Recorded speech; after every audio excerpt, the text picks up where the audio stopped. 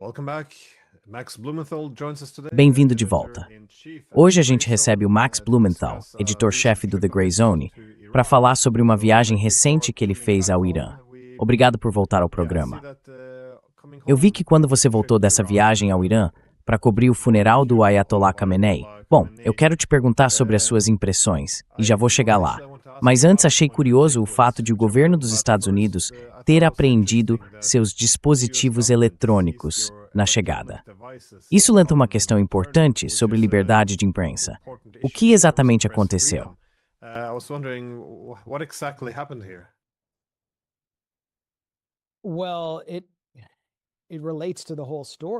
Bem, isso tem a ver com toda a história. Quero dizer, estamos enfrentando um novo e mais intenso cenário de repressão nos Estados Unidos, que está sendo conduzido por uma espécie de classe de criminosos de colarinho branco, sob a influência do sionismo e do Estado de Israel. Então, de certa forma, não foi totalmente surpreendente, mas o que fizeram comigo é completamente ilegal. Deveria estar protegido pela Constituição.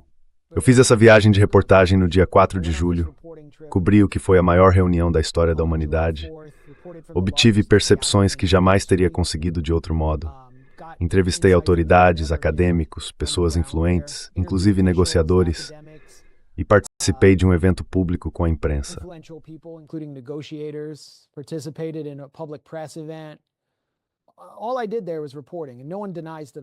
Tudo que eu fiz ali foi reportar, e ninguém nega que eu sou jornalista. Quer dizer, eu faço jornalismo há 25 anos. Eu não finjo ser imparcial, eu não sou objetivo. Objetividade é um conceito falso, definido de acordo com os parâmetros da elite sionista, militante que controla a mídia corporativa e se apresenta como guardiã da objetividade. E de qualquer forma, eu tenho direito a certas proteções constitucionais garantidas pela primeira emenda. Protege a liberdade de imprensa e a liberdade de expressão. E pela quarta emenda, proíbe a busca por expressões ilegais.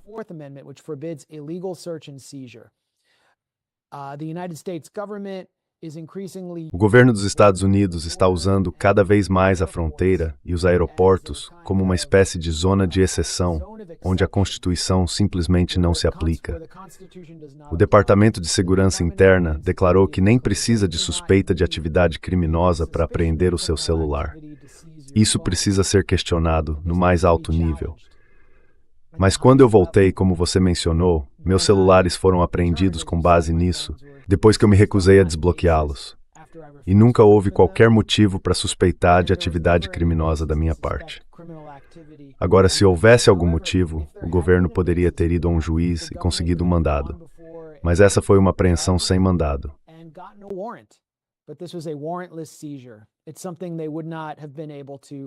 É algo que eles não teriam como validar em nenhum outro lugar, fora daquela área de triagem secundária no aeroporto. Por isso estão usando aquilo de forma tão indiscriminada. Agora, o que provocou isso? Eu tinha ido ao Irã, estivemos lá juntos no Festival Internacional de Mídia de Soeb, era um evento público, fiz reportagens de lá, produzi um documentário sobre os judeus iranianos e a comunidade deles. Entrevistei negociadores naquela época, em maio de 2023, viajei pelo país livremente. A situação não era tão insegura quanto é hoje, e quando voltei, não sofri nenhum tipo de assédio. Então, o que mudou? O que foi diferente? Primeiro, obviamente, há uma guerra entre Estados Unidos e Israel imposta ao Irã.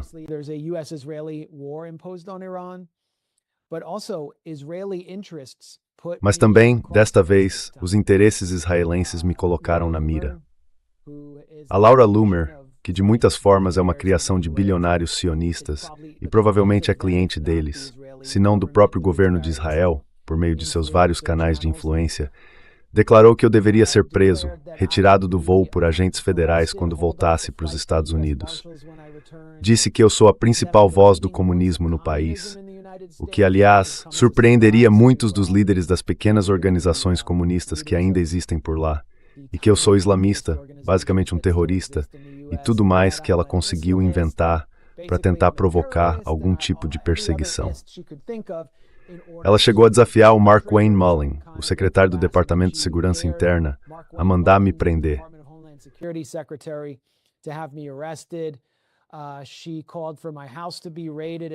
Ela pediu para minha casa ser invadida às 5 da manhã.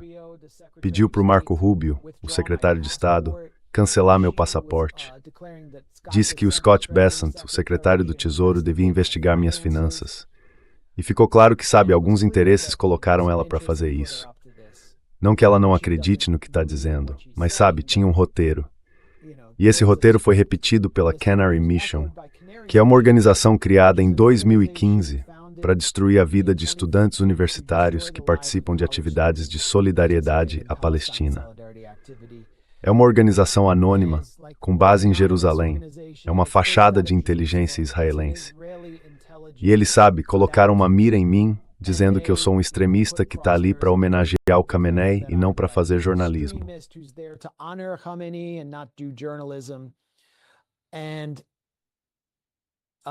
E tudo se desenrolou a partir daí. Ficou muito claro quem queria que eu enfrentasse assédio e repressão quando voltasse para casa. E pelo que vejo, eu fui alvo por causa das minhas opiniões, por causa do meu trabalho jornalístico, e porque esses grupos, que na prática controlam o governo Trump e a política dele em relação ao Irã, e que tem origem em Israel, precisavam ter certeza de que eu seria interrogado. Isso acabou coincidindo com muitos dos ataques que sofri, além da apreensão dos meus equipamentos. Tem 2 outros pontos que eu queria deixar claros logo de início. Primeiro, eles não apreenderam todos os meus dispositivos. Então, se realmente estavam procurando alguma atividade criminosa, por que não levaram meu laptop? Eu também tinha uma câmera digital e eles simplesmente não demonstraram nenhum interesse por ela. E segundo, nenhum outro jornalista. Eu estava no Irã com um visto de imprensa.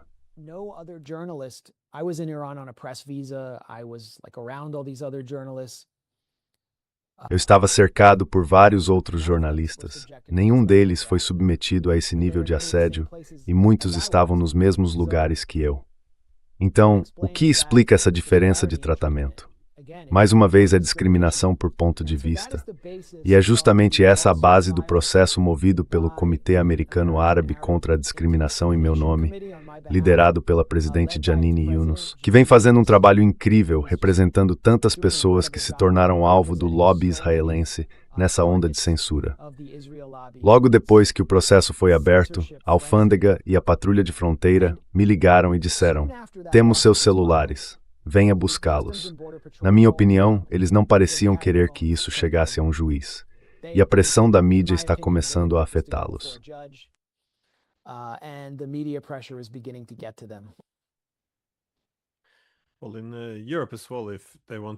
Bom, na Europa também, quando querem restringir um pouco a liberdade de imprensa ou de expressão, eles costumam usar aquela palavra mágica, propaganda.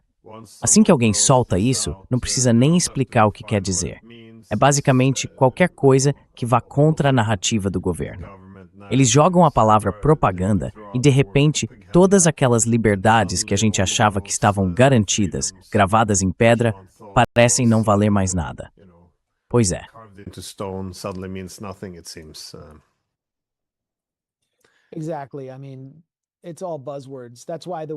Exatamente.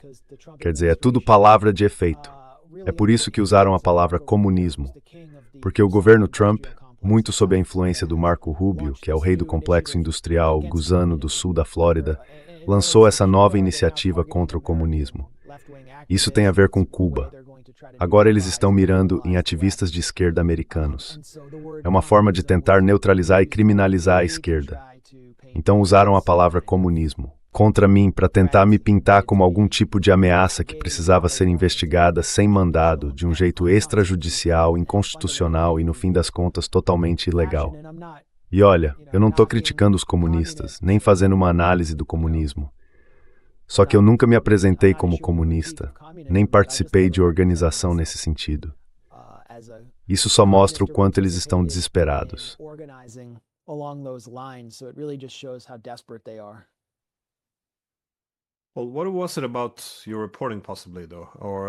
Bom, o que exatamente tinha na sua reportagem, talvez?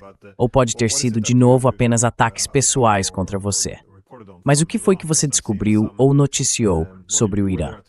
Porque eu vi algumas coisas. Bom, você estava lá no funeral. Eu vi que você conversou com o criador dos filmes do Lego, que são excelentes, aliás.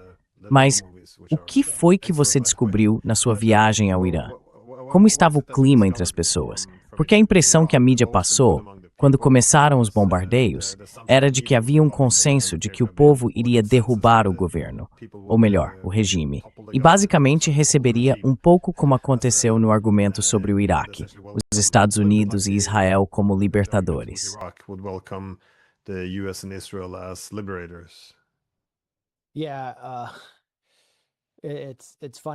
É engraçado.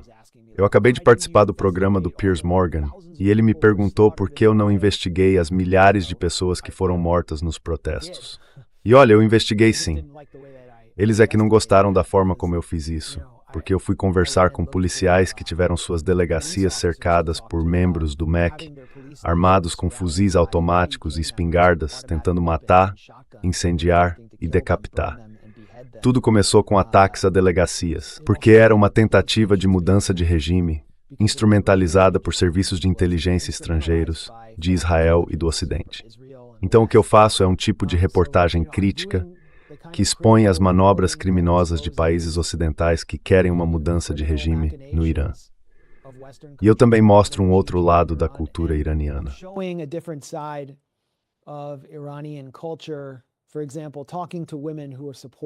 Por exemplo, conversar com mulheres que apoiam a República Islâmica, que estão lá participando desses tipos de manifestações patrióticas, e perguntar para elas: você acha que precisa ser libertada? E ouvir delas algo como: eu sou professora universitária, e foi o nosso líder, Ali Khamenei, quem me deu espaço para chegar a uma posição de liderança na nossa sociedade. Hoje tem mais mulheres do que homens nas universidades do Irã. A gente não quer ser transformada em mercadoria, nem ter o corpo objetificado, como acontece com as mulheres no Ocidente. Então, sabe, isso é algo que não se costuma mostrar. Eu fui até o local de crimes de guerra dos Estados Unidos. Acho que fui a primeira repórter americana a noticiar que um bairro inteiro do leste de Teherã tinha sido bombardeado com 8 mísseis.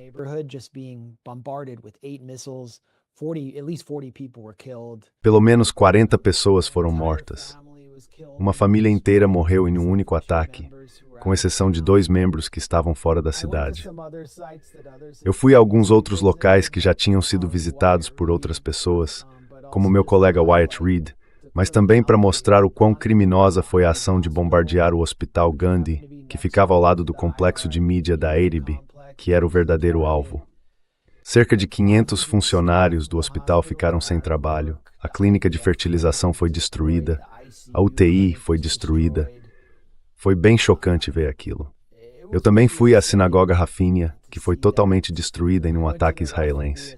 E você pensaria que isso seria uma grande notícia na mídia dos Estados Unidos. Se o Irã tivesse incendiado uma sinagoga em Londres, estaria na primeira página.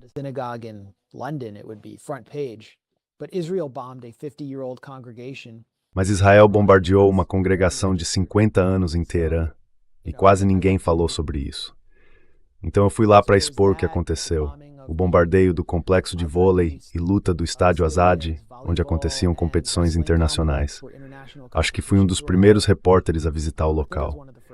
E isso é um crime gigantesco se a gente considerar o quanto a luta é importante para a estrutura esportiva do Irã. Dá até para dizer que é uma forma de poder brando, porque eles ganham muitas competições no cenário mundial. E isso se conecta com o ataque da FIFA e do governo dos Estados Unidos contra a seleção iraniana de futebol na Copa do Mundo, quando tentaram enfraquecer o time e tirar os vistos da equipe técnica, impedindo que eles entrassem e permanecessem nos Estados Unidos.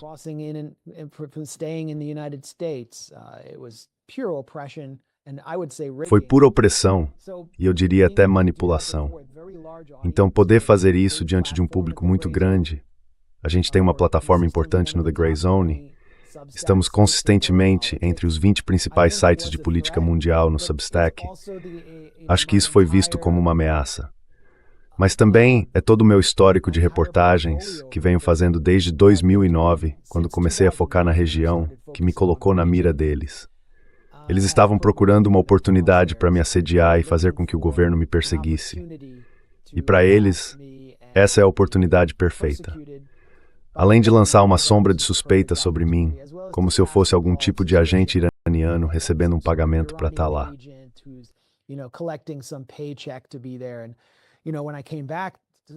E quando eu voltei, os agentes da alfândega e da patrulha de fronteira me perguntaram se eu tinha sido pago para fazer entrevistas.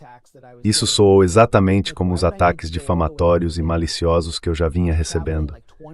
Tipo, por que eu iria viajar mais de 20 horas até lá só para ganhar algum dinheiro, se eu posso ficar aqui mesmo e monetizar todo o nosso conteúdo?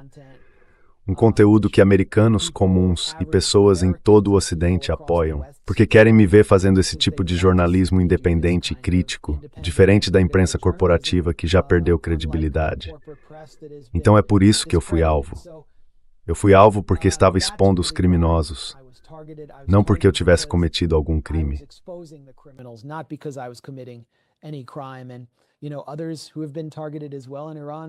E outras pessoas também foram alvo no Irã, e dá para dizer a mesma coisa sobre elas. É por isso que o The Grey Zone tem sido constantemente atacado por esses países dos Five Eyes, ou assediado por elementos ligados a eles. Não é porque somos criminosos, é porque estamos contra os criminosos que estão incendiando o mundo agora. Não só no Irã, mas também na Ucrânia, com essa guerra por procuração, provocando a Rússia a reagir contra um país da OTAN. Então, estamos vivendo um momento muito perigoso e é um tempo difícil para o jornalismo independente. No The Grey Zone, estamos na linha de frente disso e é por isso que estamos sendo atacados.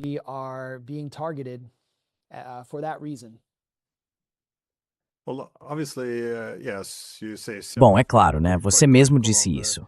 Você é bem crítico em relação à influência de Israel sobre a política e a sociedade americanas. E, de fato, as pessoas que te atacam pessoalmente, assim como o The Grey Zone, também têm ligações com o Estado israelense. Mas como você vê essa situação agora?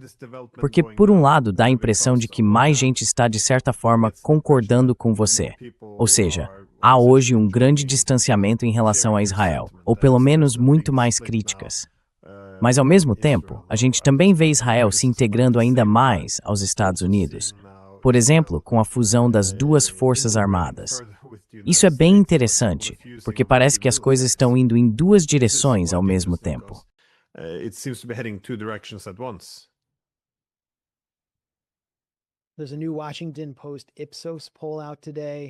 Saiu hoje uma nova pesquisa do Washington Post com o Ipsos.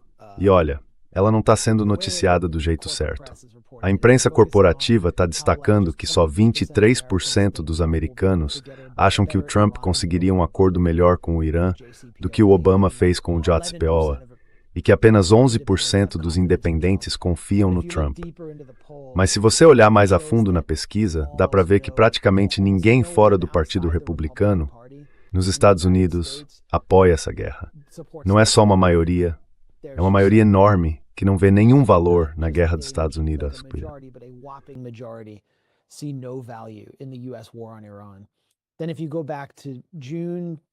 Se a gente voltar para junho, ou melhor, 2 meses atrás, para uma pesquisa da Quinnipiac, quase ninguém fora do Partido Republicano apoia a guerra ou ajuda a Israel. Uma maioria enorme é contra a ajuda a Israel e acha que o nível atual de apoio dos Estados Unidos a Israel é exagerado. Então, de certa forma, eu estou bem alinhado com a maioria do público americano. E esse é mais um motivo para esse tipo de repressão. Não sobrou muita coisa. Na última vez que a gente entrevistou o Glenn Deason, você me perguntou até onde Israel pode ir. E quando a gente fala Israel, do que exatamente a gente está falando?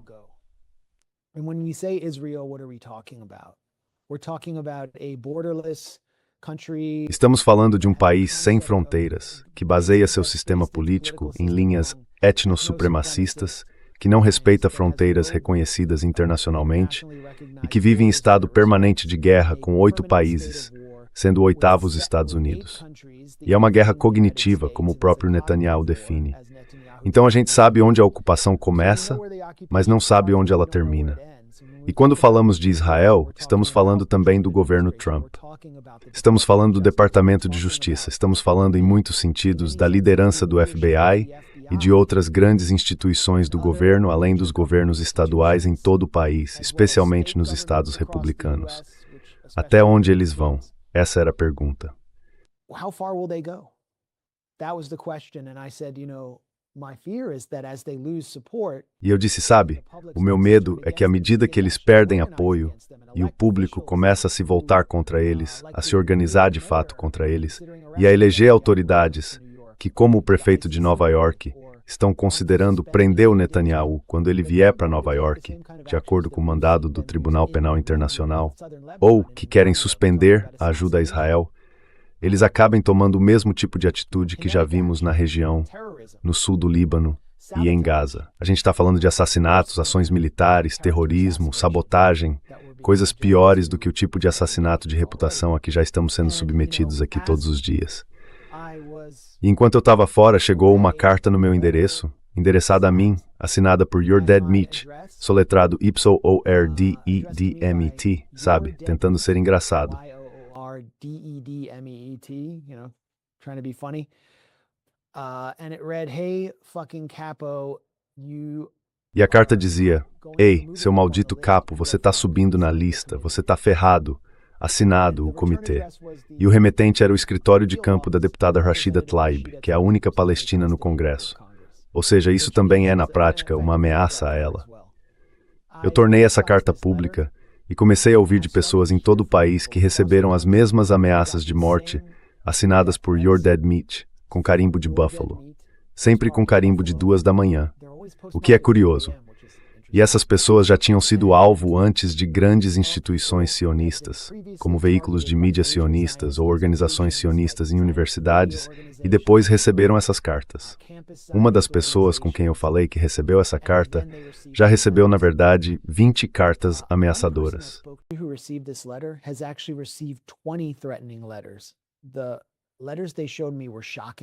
As cartas que me mostraram foram chocantes, comparadas com o que eu recebi. Uma delas tinha um pó, que era veneno de rato, e outra trazia um prego enferrujado. A gente tem um problema sério nas mãos aqui nos Estados Unidos. Existe um grupo pronto para praticar terrorismo, que se sente no direito, acostumado a receber 4 bilhões de dólares por ano em ajuda para uma colônia de apartheid, que é o pilar central da identidade deles. E o público americano está se afastando desse grupo, se voltando contra eles politicamente, e quer acabar com essa relação especial desastrosa que tem custado tanto aos americanos, como a gente viu com o custo econômico da guerra do Iraque e agora com o número de mortes de militares dos Estados Unidos. E à medida que essa contradição cresce, eu acho que vamos ver uma ameaça cada vez maior de violência extremista judaica no país. E isso é motivo de preocupação. Será que o FBI foi tão infiltrado que não consegue agir contra isso? Eu denunciei essa carta à inspeção postal e não tive retorno nenhum. Felizmente, a deputada Tlaib denunciou a carta à polícia do Capitólio. Fico me perguntando o que eles vão fazer. Será que há uma caçada ao responsável por enviar essa carta? Eles estão sendo... Tem alguma investigação? Pelo que eu sei, a única pessoa que foi investigada nas últimas 1 ou 2 semanas em toda essa situação sou eu, por fazer jornalismo.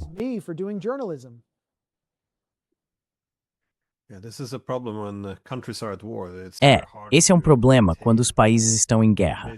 É muito difícil manter as liberdades civis básicas e a liberdade de expressão, e, bom, não se sentir intimidado ou ameaçado desse jeito. Enfim, podemos encerrar por aqui. Eu só fico pensando que, se os Estados Unidos não conseguem defender as liberdades básicas da imprensa e a liberdade de expressão, isso não pega bem na Europa. Mas, enfim, você tem alguma consideração final antes da gente encerrar?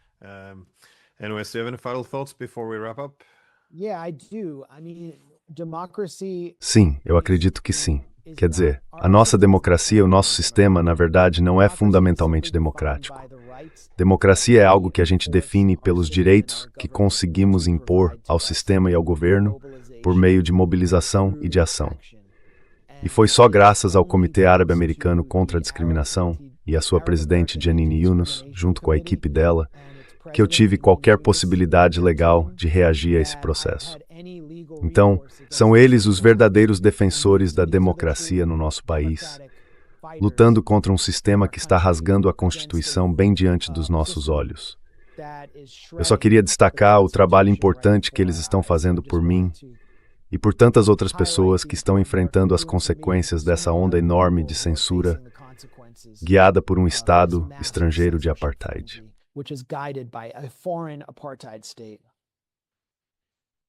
Olha, Max, muito obrigado pelo seu tempo. Muito obrigado, Glenn Giesing.